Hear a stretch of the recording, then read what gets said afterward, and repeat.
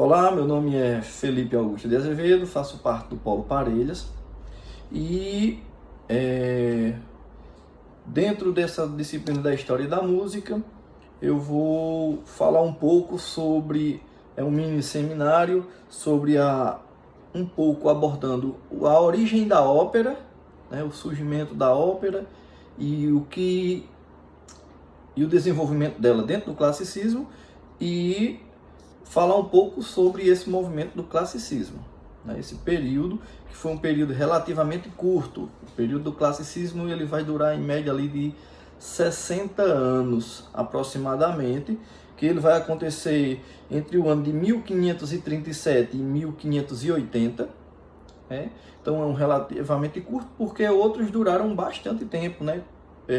Teve períodos que durou 150 anos, teve períodos que durou 200 anos, então quando a gente para e pensa, ele foi um período que ele foi interrompido ali com a Revolução Francesa, né? Então teve essa mudança, foi quando teve todo esse desencadeamento, né, do que vinha acontecendo no Renascimento, sobre todas aquelas propostas iluministas. Então vai acontecer essa Revolução Francesa, então o período clássico ele é interrompido aí. Então, para entender esse período do classicismo, não tem como falar do classicismo sem entender um pouco, sem falar um pouco do período renascentista e do período barroco, né? Eles estão tudo bem ali, eles têm as raízes bem próximas. Então a gente tem que falar, para mim conseguir fazer esse fio condutor, eu tenho que começar falando aqui um pouquinho sobre o Renascimento, né? Então, o Renascimento foi o divisor entre a Idade Média e a Idade Moderna, né? Então, nesse período moderno, o que aconteceu dentro desse Renascimento? Foi um movimento, né, filosófico, foi um movimento político, que foram levando a reflexões, né? Então foi uma maturidade de alguns pensadores que estavam vivendo esse momento. Então o que é que eles pensavam nessa época? Antes, na Idade Média, tinha-se o teocentrismo, Deus era o centro de tudo, né? Era o poder da monarquia, era o poder da igreja, era o poder da nobreza, né? Que era mantida em cima do restante da população. Então temos aí uma reflexão onde o homem começa a parar de ver, sai desse teocentrismo e começa a vivenciar, a refletir sobre o antropocentrismo. É quando o homem começa a se colocar como centro das coisas, né? Ele começou a refletir um pouco mais sobre liberdade, sobre justiça, sobre o homem em si, né? Então passou-se nesse período aí a ter uma valorização sobre a racionalidade. Antes era muito abordado a fé que não questionava, e agora vem a racionalidade, né? Então nesse período aí do Renascimento vai vir um olhar novo sobre o homem, né? Então você começa a sair daqueles dogmas fechados, né? E começa agora a olhar o homem como um ser que tem vontades, que tem desejos e que precisa de mais respostas, né? Então podemos pensar assim, foi uma nova evolução da humanidade, né? Ao meu ver. Então estamos aí começando com o movimento também da reforma, né, que vai desembocar na contra-reforma também. Então vai ter toda essa movimentação, vai ter o início da valorização científica, né, quando o homem começa a confrontar as respostas oferecidas, dadas pela fé e dogmas, e começa a questionar a partir de um pensamento mais científico. Vai começar aí dentro do Renascimento. porque eles estão bem entrelaçados, Renascimento, período barroco. Então vai tudo acontecendo meio que naquela panela, uma simultaneidade, e que é um pouquinho difícil de explicar, né? Sem se aprofundar muito, né? Então, nesse período aí começou a se pensar um pouco das posturas educacionais, a gente pode pensar isso, né? Que foi mudando a forma de se ensinar, a forma de se refletir aquela realidade toda. E teve um movimento muito importante que foi a retomada da cultura grega, né? Aquela cultura que já tinha sido deixada. Então, dentro desse tempo aí do Renascimento, por isso que se chama Renascimento, que é o período renascentista, é porque traz um pouco à tona daquela cultura clássica, vão começar a reler, fazer novas leituras, vai fazer uma nova leitura sobre todo aquele material clássico da Grécia Antiga. Então, começa a fazer novas reflexões e começa a partir daí esse movimento político e cultural que é o Renascimento, ou movimento renascentista.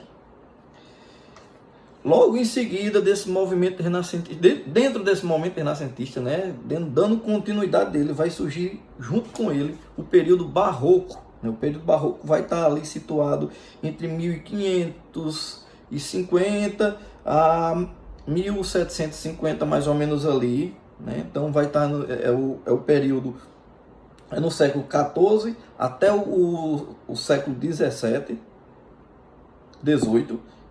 Então vai estar entre o século XVI e o século XVIII, vai estar todo esse período barroco, né? Então o que é que acontece dentro desse período barroco? Já vem uma evolução dentro do renascentismo, né? Então todo esse movimento cultural vai com certeza impactar dentro das expressões artísticas, porque os artistas estavam dentro dessa classe de aristocratas, que eram pensadores, eram pessoas que tinham uma condição de vida melhor, e muitos desses músicos estavam dentro dessa classe. Então, dentro da música vai sofrer um impacto muito profundo dessa movimentação política e social e cultural, principalmente, vai sofrer todo um impacto, né? A música ela vai sair daquela música que eram com regras e voltadas exclusivamente para a igreja, e ela vai começando a alcançar classes populares, né? Então esses aristocratas, eles não eram da nobreza, eram burgueses, muitos deles, né? Então eles vão começar a se reunir e a pensar e a falar sobre essas teorias, sobre essa cultura. E dentro desse período vai surgir os virtuosos, né? Aqueles músicos que eram pessoas que buscavam a perfeição agora, né? Então esse período barroco, a gente pode pensar isso, era quando vai surgir o bel canto, né? Aquelas pessoas que buscavam o ápice da perfeição humana, né? Aquilo que eles estavam tentando tirar ali da teoria e jogar na prática aqueles verdadeiros potenciais que eles poderiam explorar nesse tempo. Então vai estar muito forte, bem dentro do período barroco mesmo, a reforma e a contra-reforma, né? Então ali já começou aquele movimento que estava impactando, já começando um enfraquecimento, né, da nobreza e das ideias da Igreja Católica.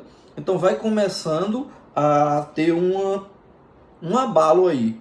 E dentro disso começa-se a música sair, que era exclusivamente para a nobreza e para a Igreja, agora começa a alcançar uma nova classe, né? Eles já começam a trazer mais as ideias que eles tinham, né? De como a coisa deveria ser, né? Então eles começam a explorar nesse momento aí. Vai ter, dentro desse período barroco, a valorização dos detalhes, né, dentro da música, agora já falando já principalmente dentro da música, muitos arranjos, era a polifonia que acontecia dentro desse período barroco. É importante entender que existia essa polifonia para poder entender o que acontece no classicismo, que vai ter esse impacto dentro do classicismo, que ele vai mudar de polifonia para acho que é monodia, eu acredito o nome, mas a gente vai chegando lá.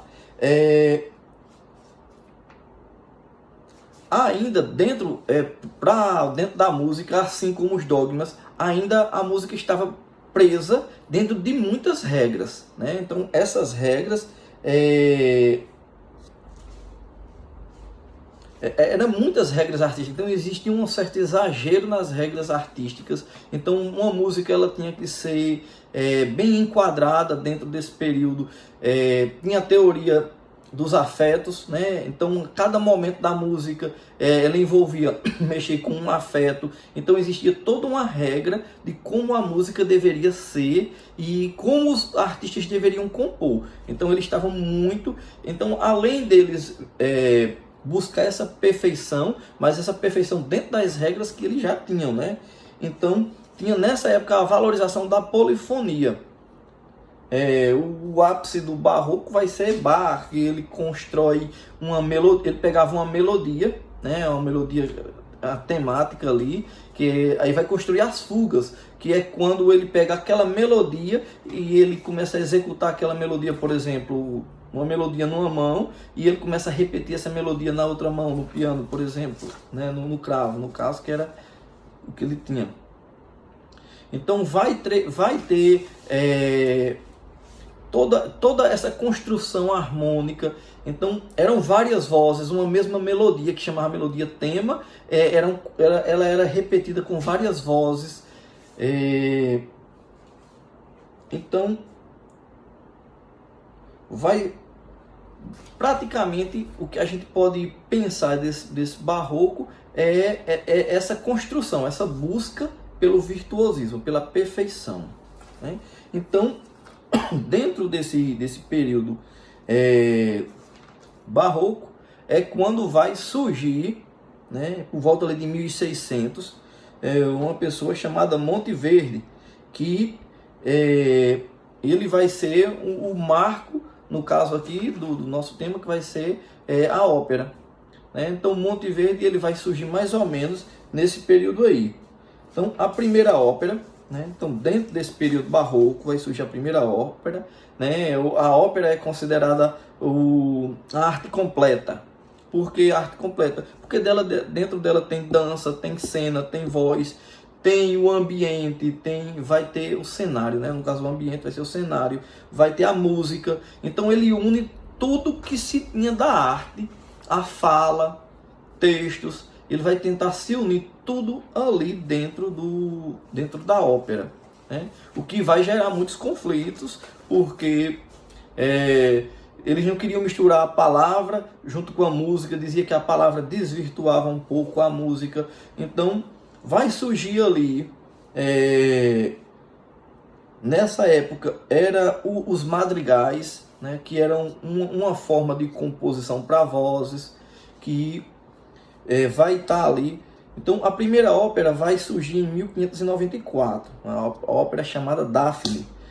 Quem foi compor essa ópera foi Jacobo Peri e Otávio Rinuccine.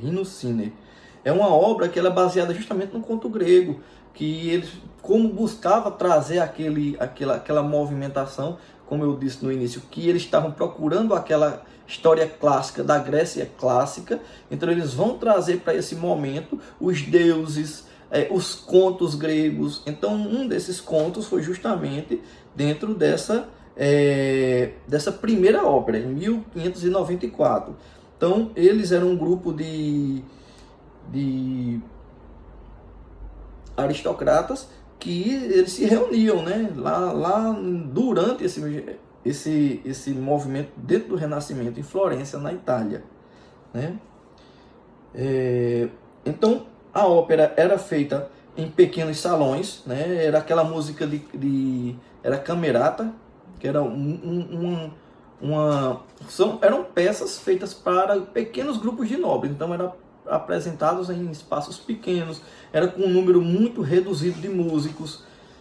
Era ali o surgimento, estava começando. Então, bem naquele início ali, eles ainda usavam tipo vozes e um instrumento sozinho para acompanhar aquelas vozes. Dentro desse movimento vai surgir o humanismo, né? Quando eles começam a refletir dentro desses grupos, e aí é onde vai trazendo essa nova leitura para a arte, né? Aonde acontecia a polifonia, aí começaram a adotar a monodia e a homodia, se eu não me engano é esse o nome. Vai chegando aí. Porque muitos nomes, aí não dá para decorar todos não. Mas aí vai ter toda essa disputa, vai saindo da polifonia. Então o que é que acontece dentro desse movimento humanista, dentro do Renascimento?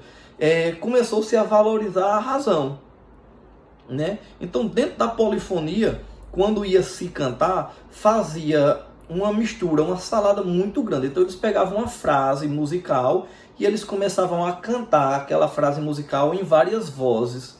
Então chegava a um ponto que o ouvinte não entendia, a não ser que fossem músicos muito experientes, pessoas. Então nós estamos falando aí que está saindo agora do período barroco, ou do período da Idade Média, e esse movimento do Renascimento vai valorizar isso, que é a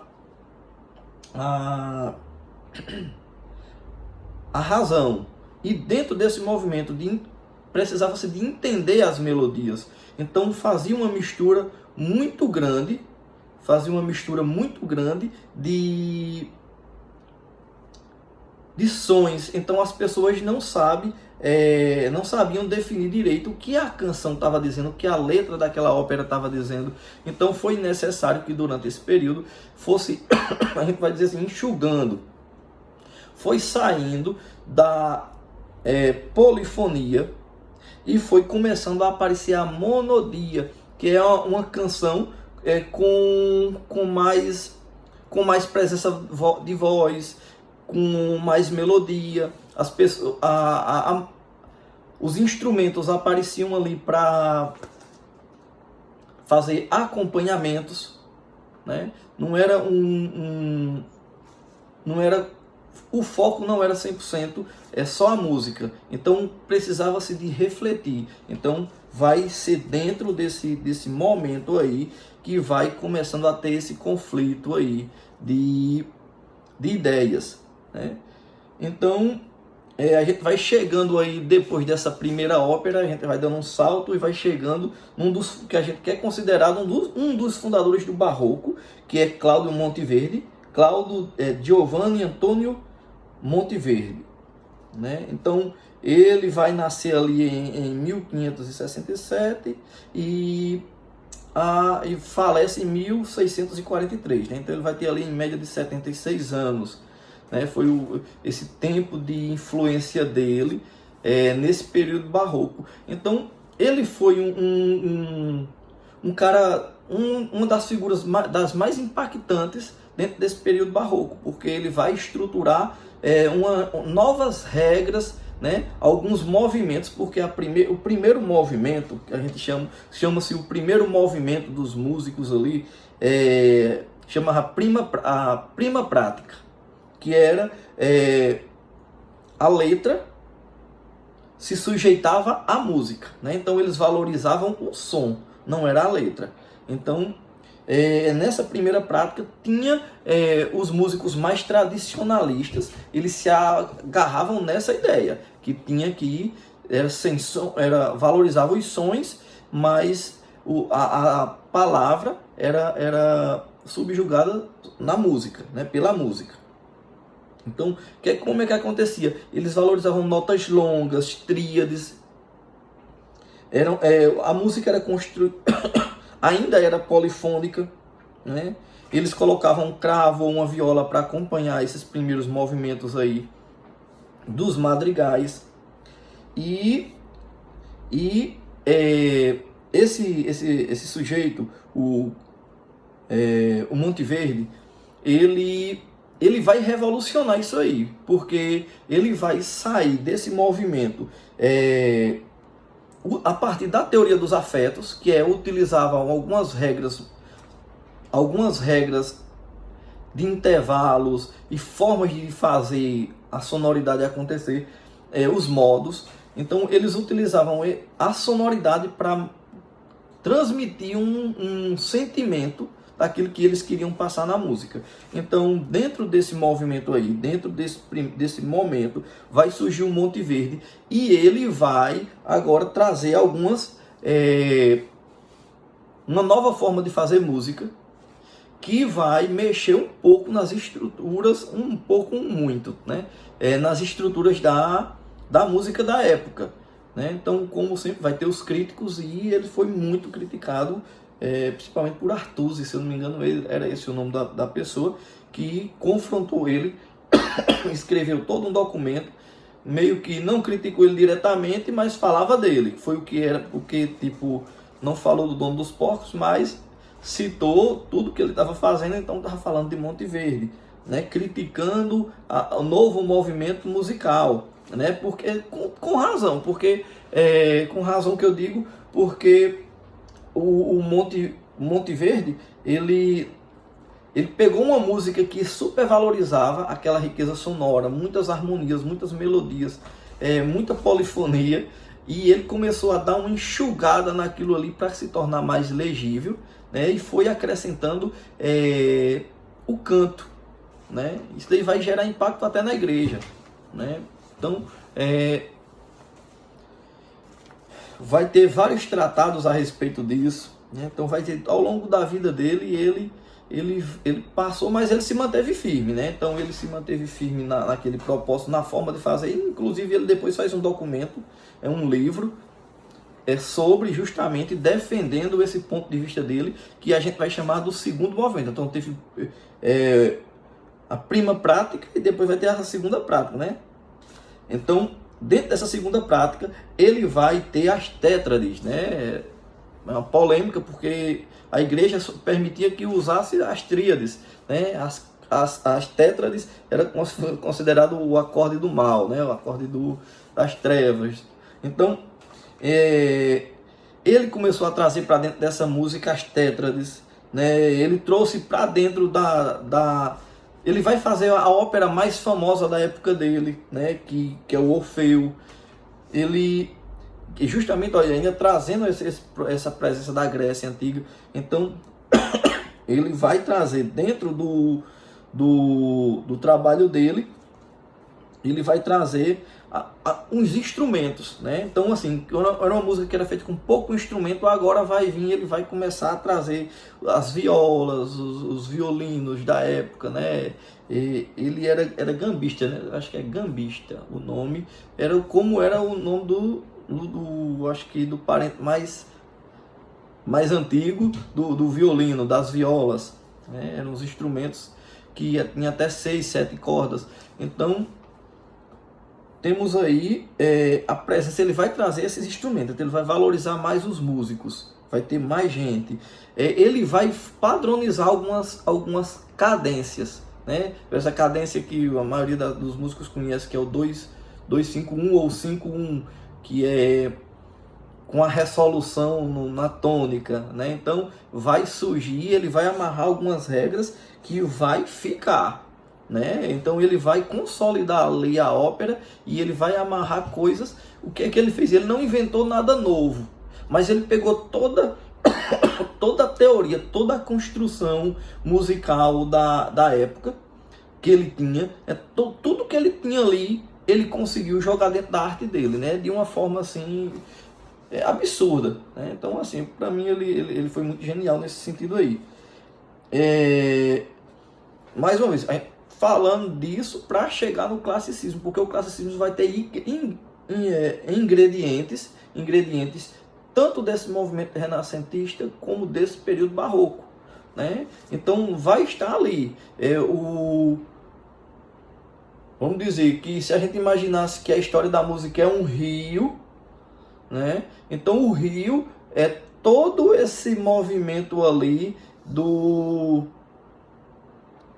da Idade Média, do período renascentista para o Barroco, e o desaguar desse lago, dessa lagoa, vai ser justamente o classicismo, né?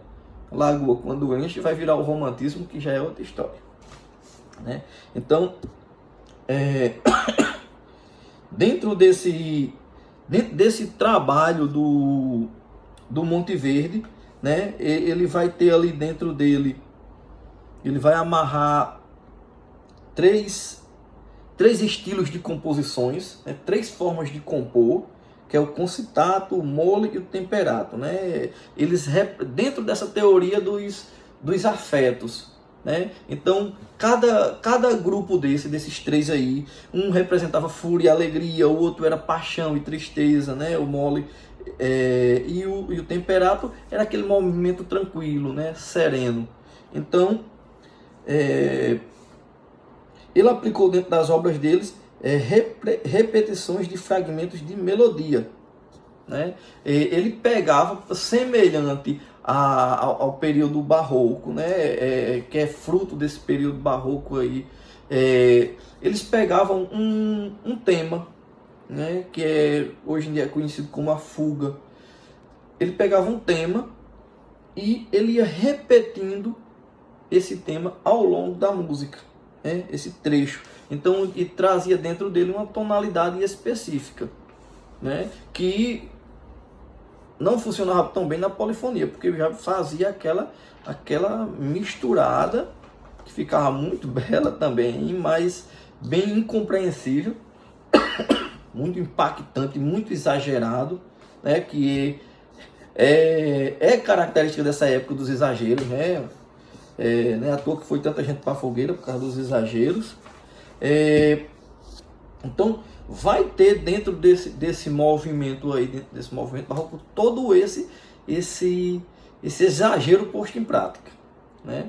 Então vai ter esses impactos desse primeiro movimento da música e esse segundo movimento que ele vem, que o Monteverde vai defender em um escrito, explicando e consolidando aquilo que ele já fez. Então, tipo, ele abriu portas ali para os próximos. Então, o período barroco vai justamente dar esse pontapé na ópera, onde vai consolidar ali e misturar música e palavras e cenas e histórias, né? Então, o cinema tem muito que agradecer esse período aí, né? Dentro dessa música eles criavam texturas sonoras, né? Então, para valorizar os cantores, eles criavam floreios, eles criavam dentro da cena. Ele trouxe muito presente isso daí de fazer o trêmulo, de fazer toda aquela textura sonora para representar a cena. Então, tipo, a trilha sonora dos filmes foi tudo movido já foi acordando a partir daí. E dando esse salto, entendendo esse movimento barroco, esse movimento renascentista, aí vai ter o clássico. Como eu disse, o clássico vai ser justamente esse mar, né? Passou por todo aquele período de exageros. Então eu acho que no período clássico a sociedade da época eu acho que já estava saturada de guerras e eu acredito que tenha sido a geração do, pelo menos, não vamos curtir o paz e o amor aqui por um tempo, né? Apesar de ainda estar em todo aquele clima de revolução, eles vão prezar, né? É quando justamente essa turma de aristocratas eles começam a se consolidar, a se espalhar cada vez mais essa filosofia, né? Então, o resultado do movimento do renascentista mais o barroco, mais o iluminismo, né? Que ele vai acontecendo ali na sequência. O movimento renascentista vai começar ali em 1450, aí o barroco vai em 1600, né? Então já tem um períodozinho aí de tempo, e aí já nesse período, no finalzinho do barroco, 1685, ele vai surgir o movimento iluminista, né? Que é justamente esse olhar agora para a ciência mesmo, trouxe realmente o homem para o centro das questões do universo, né? Vai trazer o homem como a busca da satisfação humana, o sentido da vida, né? O Carpentaria é o viver hoje, então vai viver tudo aí, vai desembocar nesse tempo, né? O iluminismo, o iluminismo ele vai de 1685 até 1750, aproximadamente, né? Então é um período aí, eu acredito que tenha sido, não, vai ser mais. O iluminista vai começar em 1685 e vai terminar em 1789, que foi justamente com a Revolução Francesa. Então, já nesse intervalozinho de tempo aí, vai ter o classicismo, né? Que vai começar em 1750 e vai até 1799, 1799, que é justamente com a Revolução Francesa também, né? Como eu disse lá no início, ele foi interrompido nesse tempo aí. Então, o classicismo ele vai durar em média ali de seus 60 anos, então é um período bem curto. Dentro dessa resolução do resultado desse renascimento do barroco, vai surgir um grupo de pessoas que buscavam muito a discrição, né? Agora existia um novo movimento cultural, né? Saíram daquela fase dos exageros, das cores, e eles começaram agora a buscar uma universalidade, uma união, né? Um entendimento mais profundo da ciência, da natureza, né? da universalidade das coisas, né? Eles começaram ali a pensar um pouco mais sobre a criatividade, né? Embora ainda tivesse muito preso em todo o sistema dogmático, não só da igreja, mas na música, eles amarravam dogmas para tudo. Uma coisa terrível. Mas tá bom. Valorização da criatividade, né? O equilíbrio, né? Eles procuravam agora o equilíbrio.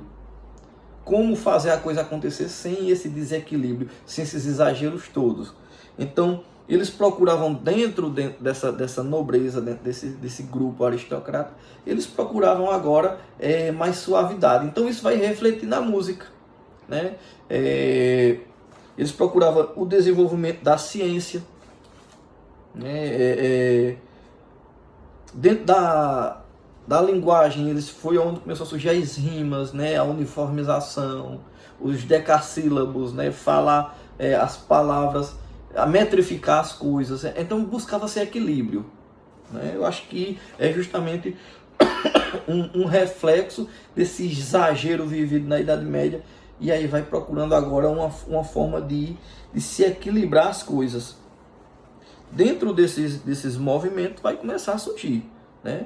As sonatas, os quartetos de cordas, os minuetos, as sinfonias, os concertos, tudo uma forma de racionalizar, né? Antes as óperas eram imensas, né? Durava de 4 a 6 horas, então começaram a fazer dentro das obras para prender um pouco a atenção das pessoas. Eles começaram a fazer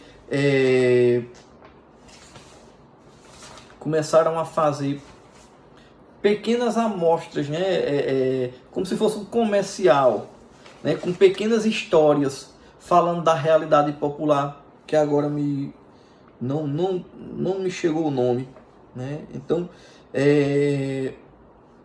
dentro desse movimento de calmaria, que a calmaria relativa, aparente, que seria esse movimento dentro do movimento classicista, né? Porque é justamente onde eles vêm tentar realmente colocar em prática aquela vivência da cultura grega, né? Então vai desembocar tudo aí dentro desse período. Então dentro da música, né, vai surgir dentro das óperas esse reflexo. Então dentro das óperas vai se preservar, que é o que a gente vai ver aqui com algumas obras de Mozart, que é quem eu vou fazer uma breve abordagem, né? Dentro desse período clássico a gente vai trazer o Mozart, né? Então já falando um pouco dele, o nome dele era Johann Chrysostomos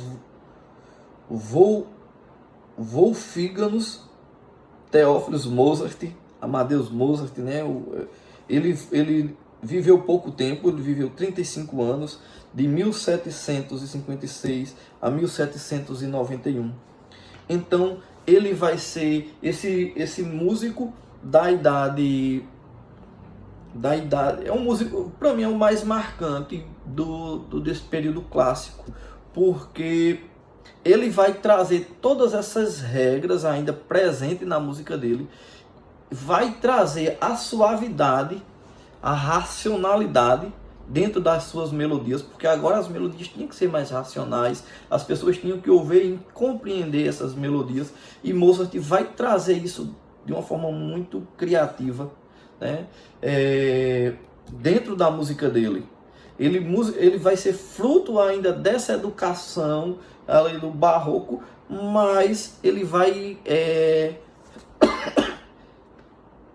expandir, porque Mozart ele é um prodígio dentro da música, né? Foi um cara que ele não teve tempo de amadurecer a música dele, porque um cara com 35 anos de idade, ele, tipo, se comparando com Bach, que viveu 65, e com tantos outros que fizeram uma vida, que tiveram uma vida longa, ele vai ter ali super explorado, né? É uma reflexão que a gente pode fazer sobre a exploração infantil, que naquele tempo não se falava nisso, né? Então eu já imagino ele com saudade de casa, né? Eu já consigo imaginar ele tendo que trabalhar desde muito cedo, porque ele foi explorado, ele foi um talento descoberto. Então criança é criança, então ele vai ter os momentos, isso daí vai refletir na idade adulta dele, que dizem que ele era um cara dado às festas, né, e morreu por causa disso. Mas eu acredito que ele foi um cara que teve as etapas frustradas, as etapas de vida dele, né? Ele foi explorado antes da hora, e o reflexo disso foi um cara que não conseguiu ter uma plena realização, vamos dizer, humana, né? Mas como músico à frente de tudo, ele conseguiu trazer melodias marcantes dentro de um período que exigia-se tranquilidade. E a música desse momento era muito parecida, né? Muitas valsas. Então ele consegue, mesmo dentro desse movimento de serem discretos em tudo que eles iam fazer, ele consegue ser marcante na música dele. Então, assim, uma coisa que marca na música de Mozart é justamente porque ele, desde pequeno, o pai já pegou ele e deu um tour por toda a Europa. Ele levou Mozart nas melhores nos concertos da época, nos melhores professores. Se eu não me engano, ele foi até aluno de Bach. Bach já devia estar velho nessa época, mas deve ter dado aula a ele. Então, Mozart provavelmente tinha ouvido absoluto. Então, ele conseguiu registrar ali toda a sonoridade da Europa. Então, a gente pode ter aí como um exemplo de superexposição, né? Não sei se poderia se dizer isso. Mozart, ele vai trazer dentro desse movimento aí todo essa leitura da música da época dele. Ele consegue viajar, então ele consegue trazer e absorver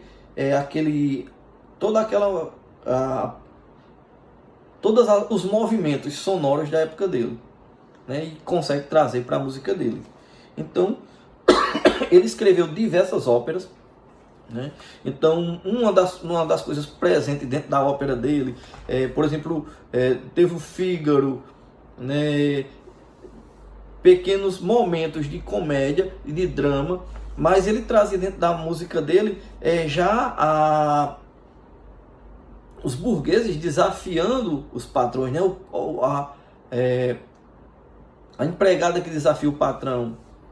Ele mostrava, ele denunciava o patrão que dava em cima da empregada, né? O Don Giovanni. Então, dentro da música dele, ele já denunciava. Tanto é que ele não foi tão bem aceito lá. Desculpa, uma gripe meio forte.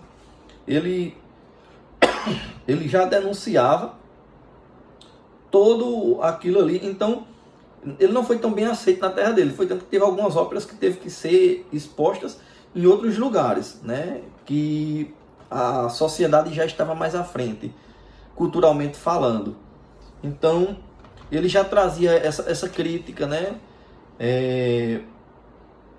E ele vai colher nesse tempo dele, né? Já antes os músicos eram muito bem pagos. Nessa época dele, os músicos já começaram a ser mal pagos, né? Então, a turma que trouxe essa revolução, mas não conseguiu trazer isso para a música. Tanto é que ele chega nesses períodos de revoluções, né? Sabe-se que ele faleceu na miséria mesmo. Então, é um cara que para mim me desperta uma empatia. Foi por isso que eu resolvi falar dele. Eu não conheço tão bem, então tive que pesquisar um pouco, mas ele me comove a história dele por ele ter sido uma criança prodígio nesse sentido, que foi um dom e ao mesmo tempo um sofrimento para ele, né? Essa super exploração.